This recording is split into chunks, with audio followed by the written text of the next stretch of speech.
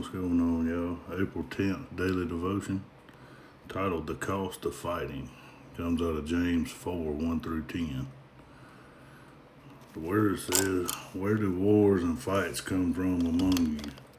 Do they not come from your desires for pleasure that war in your members? You lust and do not have, you murder and covet and cannot obtain.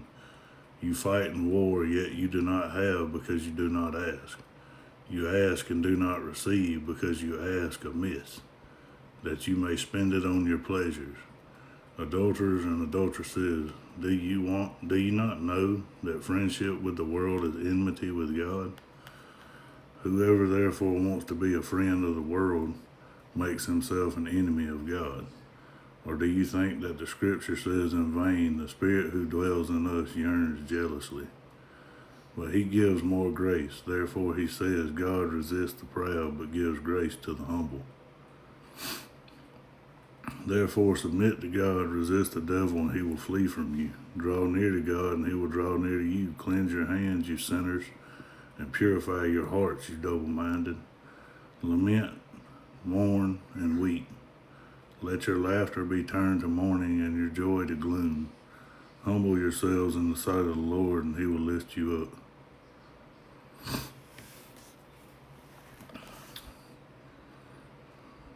Where do wars and fights come from among you? Do they not come from your desires for pleasure that war in your members? Whew.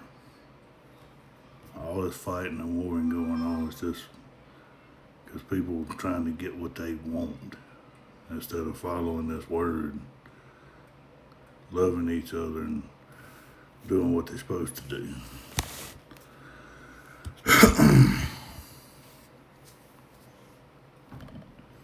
Devotion says, during a documentary on World War I, the narrator said that if Britain's casualties in the war to end all wars were matched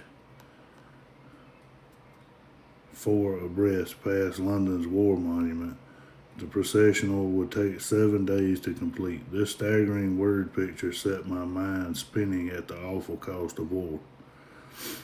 Both soldiers and civilians pay the ultimate price, multiplied exponentially by the grief of the survivors. War is costly.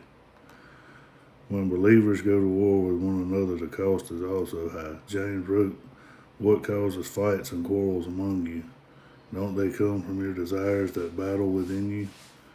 In our own selfish pursuits, we sometimes battle without considering the price exacted on our witness to the world or our relationship with one another."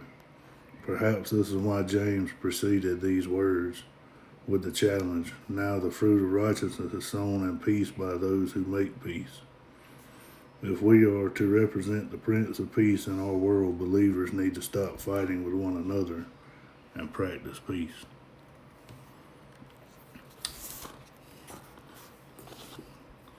I see and hear about so many people that are fighting and arguing between differences in denominations and crap, and it's for what? As long as it's in that book, it's right. All the rest of it's personal preferences and personal thoughts and all that stuff. Go by what's in the book, leave the rest of it out. Y'all have a blessed day.